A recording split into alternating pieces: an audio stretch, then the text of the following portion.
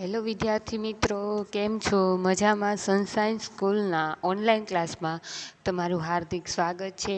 આજે આપણે ધોરણ 3ની અંદર વિષય ઇંગ્લિશમાં એની અંદર યુનિટ 6 આપેલું છે, વોટ ઇઝ ધીસ. તો વોટનો મિનિંગ શું થશે? શું. વોટ એટલે શું, એનું ગુજરાતી શું થાય? વોટ એટલે શું, ઇઝ એટલે છે, અને ધીઝ એટલે આ શું છે? એવું કોઈ પણ વસ્તુ, પક્ષી, પ્રાણી વિશે આપણે જાણવું હોય ત્યારે વોટથી પ્રશ્ન પૂછવાનો ને એની સાથે શું લગાડવાનું? ધીસ અને ધેટ. ધીસનો ગુજરાતી શું થશે? આ, અને ધેટનું ગુજરાતી પેલું. બરાબર છે? તો આપણે જોઈએ ગયા તેમ આગળ કોઈ પણ વસ્તુને બતાવવા માટે ધીસ અને ધેટનો ઉપયોગ કરતા હતા. હવે આપણે પ્રશ્ન પૂછવાનો છે, પણ શેનાથી? તો કે વોટથી. કોઈ પણ વસ્તુ છે એને આપણે પૂછવું હોય કે પેલી કઈ વસ્તુ છે, તો આપણે શું કરવાનું છે? વોટથી પ્રશ્ન પૂછીશું. બરાબર. હવે આપણે જોઈએ તો અહીંયા આપણને ચિત્ર આપેલું છે. હવે ચિત્ર જોઈને આપણે પ્રશ્ન પૂછવાનો કે એ પેલું શું છે, આ શું છે? આપણે કોઈ પણ વસ્તુને પૂછવું છે તો આપણે શું કરવાનું? પહેલાં વોટથી પ્રશ્ન બનાવવાનો, એટલે કે વોટ. એની પછી ટુ બીનું રૂપ ક્રિયાપદ મૂકી દેવાનું, ઇઝ અને ધીસ એટલે આ. એટલે વોટ ઇઝ ધીસ, આ શું છે? એટલે આ ચિત્રના બાજુમાં આપણે હાથી આપણી બાજુમાં ઊભો હોય તો આપણે પૂછવું હોય કે આ શું છે, તો એનું શું કહેવાનું? What is this. એટલે એનું ગુજરાતી શું થશે? આ શું છે? પછી આપણે એનો જવાબ આપવાનો. પહેલાં પ્રશ્ન પૂછ્યો ને, હવે આપણે તેનો જવાબ આપીશું. તો જવાબ આપવા શું કરવાનું? છેલ્લે જે ધીસ આપણે મૂક્યું એને આગળ લઈ લેવાનું, પછી ઇઝ મૂકી દેવાનું. બીજા નંબર પર ઇઝ એન એલિફન્ટ, એટલે કે તે હાથી છે. શું છે? આ હાથી છે. ધીસ ઇઝ એન એલિફન્ટ, એટલે આ હાથી છે. આપણે એ રીતે પ્રશ્ન પૂછ્યો ને આપણે તેનો જવાબ આપવાનો છે. હવે આગળ જોઈએ તો કોઈ ચકલી તમારી બાજુમાં બેઠેલી છે. હવે એને આપણે પ્રશ્ન પૂછવો છે. હવે આપણે કોઈને કહેવું કે પેલું શું છે, આપણે પૂછવું હોય કે આ શું છે, તો શું કરવાનું? ધીસનો ઉપયોગ કરવાનો અને વોટનો. તો પ્રશ્ન ક્યાંથી શરૂ થશે? વોટથી. ક્યાંથી શરૂ થાય? વોટથી. પછી શું આવે? ઇઝ આવે. ને પછી આપણે પૂછવું હોય કે આ આપણી બાજુની કોઈ વસ્તુ, નજીકની વસ્તુ પૂછવી હોય તો આ, અને કોઈ દૂરની વસ્તુ પૂછવી હોય તો ધેટ મૂકવાનું. જો ચકલી આપણી બાજુમાં, આપણી સામે હોય તો આપણે નજીકમાં છે તો આપણે પ્રશ્ન પૂછવો, એટલે વોટ ઇઝ ધીસ, એટલે આ શું છે. પછી એને શું કહેવાનું? તો આપણે ઉપર ધીસ વાપર્યું હોય તો શરૂઆતમાં આપણે આન્સર એટલે કે જવાબ લખતી વખતે પ્રશ્નનો ધીસ જ વાપરવાનું, એટલે કે ધીસ ઇઝ અ બર્ડ. બરાબર. અહીંયા શું કીધું? This is a bird. હવે આપણે અહીંયા જુઓ, અહીંયા એ આર્ટિકલ વાપર્યો છે ને ઉપર એલિફન્ટની આગળ એન વાપર્યું છે. તો આપણે એન અને એ ક્યારે વાપરવી છે? એ છે એ વ્યંજન માટે વપરાય. બરાબર. સ્પેલિંગની આગળ ABCDના બી છે, સી છે, ડી છે, એવા વ્યંજનો આપેલા હોય તો એ વપરાય. અને એન ક્યારે વપરાય? એન છે એ સ્વરો કેટલા? ઇંગ્લિશના કેટલા સ્વરો છે? 5. કયા કયા? તો કે એ, ઈ, આઈ, ઓ, યુ. આ જે 5 સ્વરો આપેલા છે ઇંગ્લિશના, એનેથી જો કોઈ સ્પેલિંગ શરૂ થતો હોય, એથી થતો હોય, ઈથી થતો હોય, આઈથી હોય, પછી ઓથી હોય, અને પછી યુથી હોય, તો એ બધાની આગળ કયો આર્ટિકલ મૂકવાનો? એન. જો અહીં આપણે એન મૂકેલો છે. બરાબર છે. અને એ સિવાયના જેટલા પણ સ્પેલિંગ હોય આલ્ફાબેટ્સ આપણા ઇંગ્લિશના, એ સ્પેલિંગથી શરૂ થતા હોય. જો બર્ડ્સનો સ્પેલિંગ છે ને એ બીથી શરૂ થાય, એટલે કેવું છે? બી. એ એકે 5 સ્વરોમાંથી એકેય છે નહીં, તો આપણે શું કરશું? એની આગળ એ લગાડવાનો થશે. એટલે આપણે એ અને એન આર્ટિકલ સ્પેલિંગ ઉપરથી એન મૂકવાનું થાય છે અને એ મૂકવાનો થશે. હવે જુઓ આગળ, અહીંયા આપણને એપલ વિશે પૂછ્યું, પણ એપલ કેવું છે? દૂર છે. પેલું એપલ એટલે કે પેલું શું વસ્તુ છે? તો આપણે એવું પૂછવું હોય કે પેલું શું છે? તો કે વોટ ઇઝ ધીસ. આપણે ઉપર જોઈ ગયા તેમજ તે વોટથી જ પ્રશ્ન પૂછવાનો, પાછળ ઇઝ લગાડવાનું ટુ બીનું, અને ધેટ મૂકવાનું. ધેટ કેમ મૂકવાનું છે? આપણે દૂરની વસ્તુ માટે પૂછી છીએ કે પેલું શું છે, તો એની માટે વોટ ઇઝ ધેટ મૂકવાનું થશે. તો એનું ગુજરાતી શું થશે? પેલું શું છે? અને એ પ્રશ્નોનો આપણે જવાબ આપવો હોય તો શું કહેવાનું?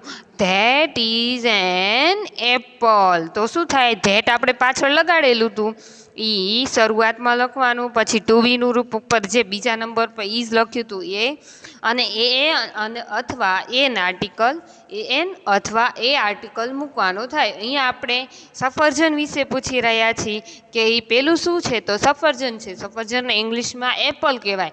આ એપલનો સ્પેલિંગ ક્યાંથી શરૂ થાય છે? એથી. જે એ શું છે? સ્વર છે, ઇંગ્લિશનો સ્વર છે. એટલે આપણે એ આર્ટિકલ શું મૂકવાનો થાય? A N. શું થશે? એન. પછી એનું ગુજરાતી શું થશે? પેલું સફરજન છે. બરાબર. હવે આગળ જોઈએ તો અહીંયા આપણે પણ ધેટથી પ્રશ્ન પૂછ્યો છે અને વોટથી શરૂઆત થશે. What is that? પેલું શું છે? તો કે ધેટ ઇઝ અ મંકી. શું થયું? That is a monkey. જો અહીંયા એમથી શરૂઆત થતી હતી સ્પેલિંગની, તો આપણે કયો આર્ટિકલ મૂક્યો? એ.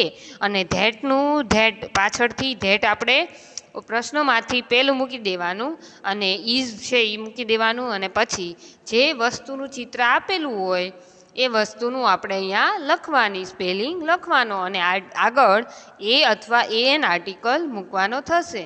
એનું ગુજરાતી શું થશે? તો કે પેલો વાંદરો છે. બરાબર. હવે એને આપણે કીધું કે વસ્તુ, પક્ષી કે પ્રાણી વિશે તમારે જાણવા માટે વોટ વડે પ્રશ્ન પૂછવાનો, અને તેની સાથે શું મૂકી શકાય? ધીઝ અથવા ધેટનો ઉપયોગ થઈ શકે. ગમે તે એકનો ઉપયોગ કરવાનો. અને ધીઝ અને ધેટની સાથે શું મૂકવાનું? ટુ બીનું જે ક્રિયાપદનું વર્તમાન કાળનું એક વચનનું જે ઇઝવાળું રૂપ છે તે તેની સાથે મૂકવાનું રહેશે. બરાબર. પછી જુઓ આપણે શું કરવાનું છે? પ્રશ્નાર્થ વાક્ય અને યસ નોમાં ઉત્તર. બરાબર. આપણે પ્રશ્નાર્થ વાક્ય છે એનો ઉત્તર શું કરવાનું છે? યસ અથવા નોમાં આપવાનો છે. તો અહીંયા આપણને પ્રશ્ન પૂછે છે કે ઇઝ ધીઝ અ બુક? એટલે આ બુક છે તો એ શું આ પુસ્તક છે? એમ પૂછ્યું છે. ટુ બીનું પહેલાં રૂપથી ઇઝથી પ્રશ્ન પૂછ્યો. પછી આ શું છે? એટલે અહીંયા આપણે બાજુની નજીકની વસ્તુ માટે ધીઝ વાપર્યું, અને એ વસ્તુનું નામ, જે વસ્તુ આપણી નજીક પડેલી છે એટલે કે એ બુક. શું તે બુક છે? શું આ બુક છે? એવો પ્રશ્ન પૂછવાનો. પછી આપણે એનો ઉત્તર કઈ રીતે દેવાનો? યસ અથવા નોમાં. જો એ બુક છે તો આપણે શું કરવાનું? યસમાં જવાબ દેવાનો. તો યસમાં કઈ રીતે દેવાનો? પહેલાં યસ લખવાનું, પછી આપણે જે ધીઝ વાપર્યું હોય એ ધીઝથી શરૂઆત કરવાની જવાબની, અને ટુ બીનું રૂપ એક વચનનું ઇઝ વાપરવાનું, પછી એ બુક લખવાનું રહેશે. એટલે કે હા આ પુસ્તક છે. એનું ગુજરાતી શું થશે? હા આ પુસ્તક છે. પછી બીજી કઈ રીતે જવાબ આપી શકાય? કે યસ ઇટ ઇઝ. શું ખાલી આપણે શું કરવાનું? સર્વનામ છે ઈટ મૂકી દેવાનું, અને ટુ બીનું રૂપ છે ઇઝ તેને આપણે પાછળ લગાડવાનું. એટલે એનું ગુજરાતી શું થાય? હા તે પુસ્તક છે. બરાબર. એ રીતે આપણે યસમાં જવાબ આપવાનો કે ઇઝ ધીસ અ બુક? તો કે yes this is a book. પછી જો બીજી રીતે આપણે જવાબ આપવો હોય તો કે યસ ઇટ ઇઝ. ખાલી ટૂંકમાં આપણે જવાબ આપ્યો. શું કર્યું? આપણે આખો ક્વેશ્ચનનો જવાબ આપ્યો, અને આપણે આ ટૂંકમાં એટલે કે ઇટ ઇઝ એટલું ટૂંકમાં જવાબ આપી દીધો. એટલે કે ઇઝ ધીસ અ બુક? આપણે એવી રીતે કોઈ પૂછ્યું કે આ શું આ પુસ્તક છે, તો યસમાં જવાબ આપતા યસ ધીસ ઇઝ અ પુસ્તક. જે ધીસ લગાડેલું છે ઇઝની પાછળ પ્રશ્નમાં એ આગળ મુકાઈ જાય, અને ઇઝને તેની પાછળ મૂકી દેવાનું. પછી એ બુક છે એ બુકને એમ નામ ત્યાં મૂકી દેવાનું અને યસ લગાડી દેવાનું, બરાબર. હવે આગળ જોઈએ તો અહીંયા આપણે ધેટથી પ્રશ્ન પૂછ્યો, પેલો ઇઝ ધીસથી પૂછ્યું હતું.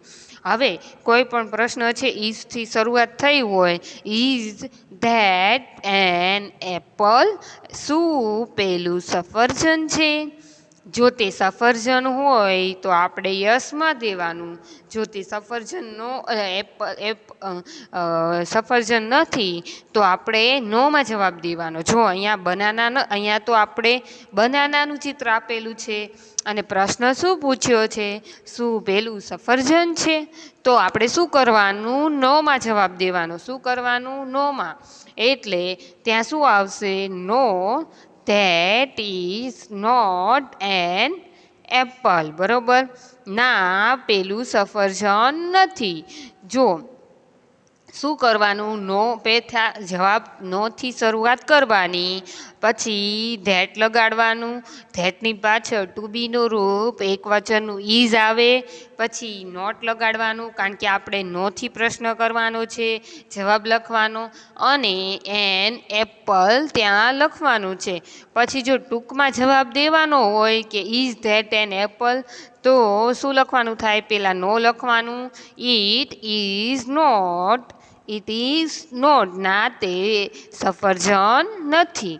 એ રીતે એને આપણે જવાબ નોમાં આપી શકાય. ચિત્રમાં જોવાનું અને પ્રશ્ન વાંચવાનો કે is that an apple, no that is an not apple, બરોબર. ધેટને પહેલાં લઈ લેવાનું, પછી ટુ બીનું રૂપ મૂકવાનું, પછી નોટ લગાડવાનું અને એન એપલ પ્રશ્નમાંથી એન એપલ જે લગાડેલું છે એ ત્યાં મૂકવાનું. આ રીતે આપણે યસ અને નોનો જવાબ આપવાનો રહેશે.